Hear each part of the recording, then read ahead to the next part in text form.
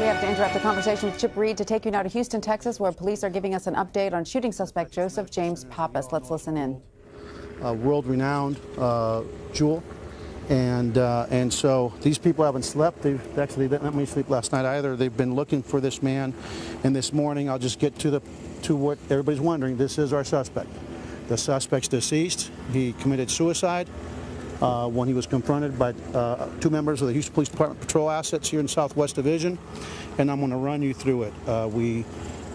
We're very fortunate in this city that we work very diligently to create and build bridges of trust, and we're committed to relational policing, which really believe that the #1 force multiplier for our city is the community we serve, and we serve everyone that lives, works, or visits the city of Houston. And so this is case without the public, we wouldn't be standing here today. You all know how we identified this suspect. We talked about it before, and then this morning, as we searched through the night, and we've been searching for days now for the suspect, actually most of the week since we identified him Sunday into Monday at 9:21. The Houston Communications Center, Emergency Communications Center, received a call of a individual chasing a suspicious person. At 9:25, that individual, by the way, the individual gave the wrong address, so we started responding, but we couldn't find where they're at. At 9:25, the individual calls and says that the suspect is near the Jewish Community Center, and the caller at that time at 9:25 said he believed that the suspect may be suspect Pappas, who we were looking for the murder of Dr. Hausknecht. At 9:30 a.m., the caller calls back because what occurred is this reporting party works for the Houston Parks Board. He was on duty near the bayou over here. We have a problem with graffiti, and he checks that area on a regular basis to make sure nobody is committing the vandalizing any walls or homes in that area. I've actually talked to the witness, and he said that he saw an individual that turned out to be Mr. Pappas, suspect Pappas, sitting there near that area where there's a lot of vandals. He turned around, jumped the curb, came to make contact with Mr.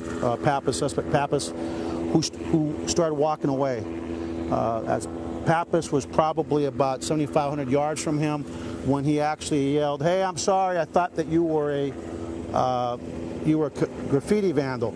And Pappas just, according to this witness, puts his arms out like this and then starts walking again. The witness then looked and actually found the wallet that suspect Pappas either discarded intentionally or unintentionally, we don't know, left it there where he had been sitting.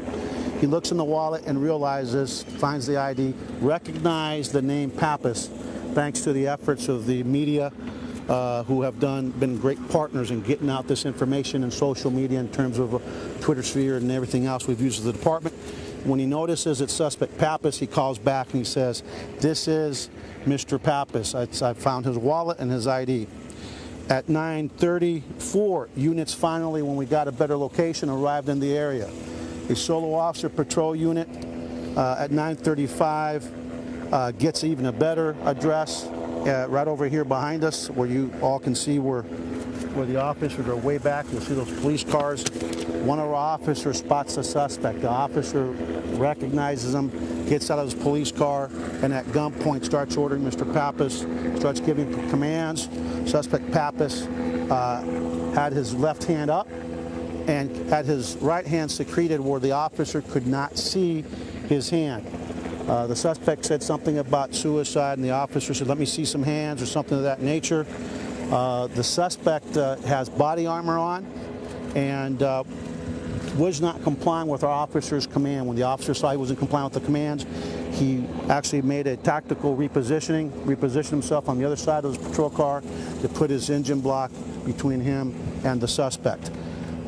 Fortunately for our officer, a backup unit arrived from the opposite direction, and as that officer started forming a T formation on the suspect, suspect Pappas took the gun and shot himself in the head.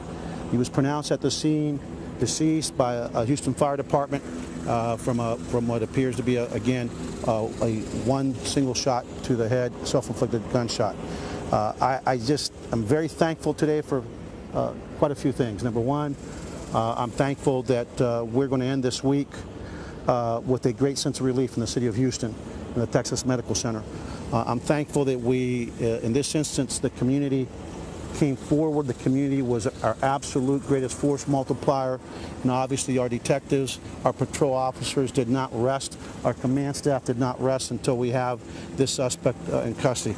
And I'm very thankful that this suspect, although he committed suicide, you normally don't put on a bulletproof vest when you're thinking about suicide. When you start thinking about, based on my experience, it's just an opinion and a hunch.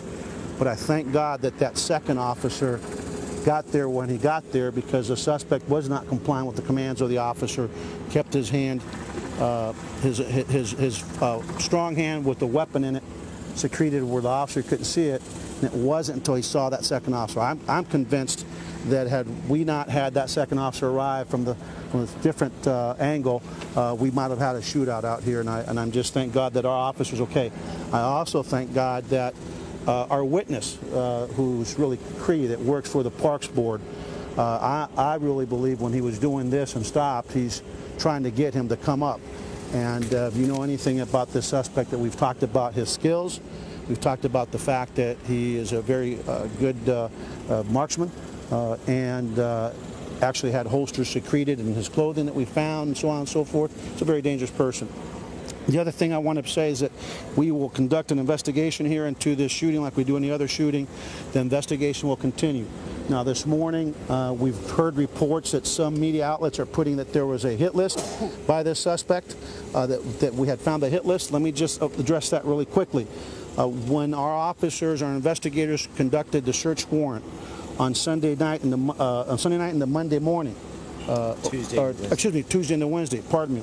I misspoke on that. Tuesday and the Wednesday morning at the suspect's residence, they found a very extensive intelligence file that this suspect had put together on Dr. Hausknecht.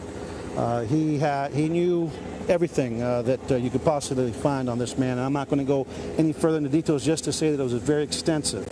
Inside that intelligence file, we found one sheet with some of Dr. Hausknecht's information, but contained within that sheet was probably, a couple dozen names of potential doctors and other employees of the Texas Medical Center. When we determined that those were potential employees of the Texas Medical Center, we actually passed that information on to the medical center, and they dealt with it to make sure that notifications were being made and as they identified those employees.